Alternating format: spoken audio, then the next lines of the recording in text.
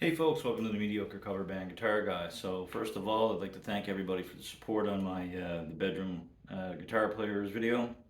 It's up over 2,000 views now, and well over 100 likes, which is really good for me. Also, a lot of comments, like 75 comments, which is really cool, and all positive. I ran into some negative ones around Saturday night, around midnight. Uh, I guess the guys that we were talking about who shit on everything decided to come out. I guess they were all waiting for their mom to tell them to come down and get their fish sticks. I don't know. So anyway, once again, thank you for the support. Would really appreciate it if you keep supporting my channel. It helps the channel, helps me a little bit. I guess more self-esteem wise than anything else. I don't think I'll ever be in a situation where I'll be an influencer or a YouTuber. So but it's nice to see people engaging, and that's the whole idea of this channel, is just to engage with people, which is something that we missed out on during COVID, which is why I started this channel. So just going forward here now, um, what I kind of wanted to talk about today is like talking about the bedroom guitar players and talking about people who rag on other musicians or whatever. I think something that needs to be done is we all need to go back to where we started and try to figure out why we started playing our instruments, whether it's drums, bass, guitar, keyboard, saxophone, xylophone, whatever. If you're one of those guys who decided you're going to pick up like a tin whistle, I don't know why. But they do. Why did you do it in the first place? What was the motivation for it? And for me, and I think I probably shared the story with you before, was that it was basically just out of isolation. My dad worked a rotational job where he was gone 2, 3 weeks at a time and only home for like probably 5 days and then gone again. And it seemed like my mom was always going to the airport to pick him up, and her family lived a couple of hours away, so she would go visit them quite a bit. Um, so I was kind of like your classic latchkey kid, I suppose, like all those Gen Xers. And not that there's anything wrong with that. I mean, there's so much we learned as opposed to what we've instilled into our own kids, because whether you like it or not, we're the reason Gen Z is happening and the millennials. So, especially Gen Z, we got to take responsibility for that shit. But anyway, getting away from that, my story began with isolation. Didn't have a lot of friends in school, didn't have like any family home really. We were the only, I had a couple cousins who lived in the same town as I did. Well, they lived about 15, 20 minutes away, and then everybody else was scattered over the province. So, and a very small group of friends, 3 people. And when those guys went off and got girlfriends, I was kind of like on my own, and that's where guitar sort of came in for me, and music in general. And there was always music around the house, and my dad played, and he showed me like the easy and the dreaded F, but he used to tell me I'd have to put my thumb over, and I can't do that because I busted my thumb up when I was a kid, and it doesn't go out over the fretboard correctly like the Jimi Hendrix thing. Because I know somebody's watching that now and they're saying that I missed those, and that's it. I can't do it. It's physically impossible. And but anyway, he showed me those things, and when I started to learn those and started to learn songs, he threw me into guitar lessons, and it just it kind of went from there. And I guess I started to develop a little more and a little more and a little more. And I don't remember my first guitar player's name for the life of me right now. It drew a blank. Um, but anyway, he was a cool guy. Had long hair and a beard when we were in elementary school, and he used to play Fender Jaguar, and I thought that was awesome. Um, anyway, his first name was Arch. I can remember that. He stopped being a teacher and then eventually went on to become uh, pastor in a church of some sort, I do believe. So anyway, Young, Arch Young. He's passed on since then.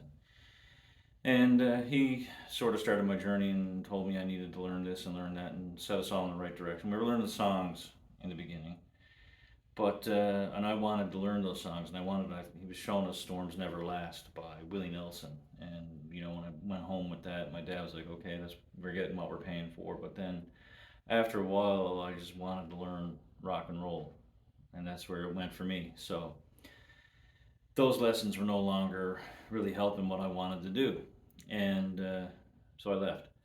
It's a really funny story I got to tell you about this too, since we're talking. We had this guy who was supposed to be like the shit hot guitar player in town who showed up to these lessons, and like he showed up halfway through the lesson where they're learning how to play a proper D chord, and he comes in with this wheeling in this big Fender Twin and like a bunch of pedals. They run in a pedal board. He sets it up, he tunes it up, his guitar had a Floyd and everything on it, and he's just in the class, and we're all trying to learn these things, and he's just there noodling and going crazy. And finally, the guitar teacher gave him his $5 back and said, "Like, you gotta go. This is not even doing anything." So it was funny. Anyway, that's where my journey began, and for me, it was strictly to occupy time. I fell in love with music at an early age because my dad listened to a lot of music. My sister Sandy, who's like 6 years older than me, she had like a cool record collection because it's when all these bands like Loverboy and Foreigner and the Stray Cats were sort of just all blowing up. And it was just this, when bands blew up back in the like very late '70s and early '80s, it was amazing, right? You had the albums, you had the album art. When you opened it up, it was like a book basically of like lyrics and who played on the songs and who produced it. It was great. Pictures of the band and things. And it was an exciting time, and that's where I got from her. That's where I got into like the Rolling Stones, AC/DC, Loverboy, Foreigner, Stray Cats, like all that stuff.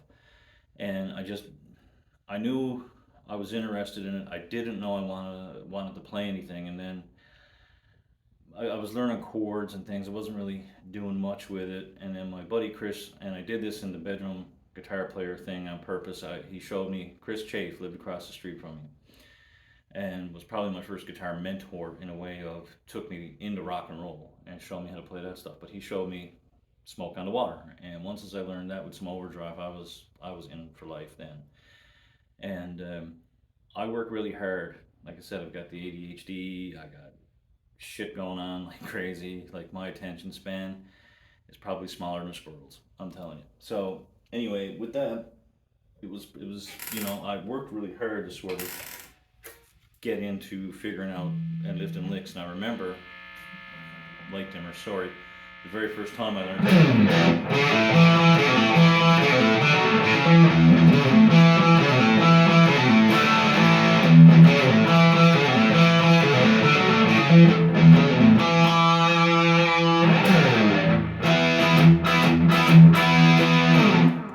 by Trooper Roller, I was amazed. And then it came out.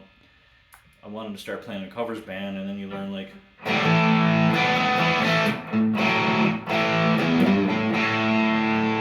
some John Cougar, and that was when I really started putting in some work to be able to play in a covers band. And I played rhythm in my first covers band, like the first, not really covers band, but with the first people I jammed with. And that was really, my first steps. I wanted to learn songs. Then when I started learning songs, I was like, well, maybe I'll be good enough to jam with people someday. Then I got to that level, and it was maybe I'll get better and join a band one day. And I did that through each level, through each sort of progression, right? So anyway, but that was back in the time when nobody cared. That's when there was no competition, there was no anything. It's like when you learned something new, you showed your buddies. And when they learned something new, they're like, hey man, look at this, I just learned this. And then you'd stay there and learn it, and he'd keep showing you or whatever till you got it right. So, that's where we need to go back to is like, why did we start this in the first place? Was it like myself, isolation? Was it an infatuation with music? Was it you felt better every time you learned something new? Was it for girls? Was it to be popular? What was it? Was it you thought you were going to be rich?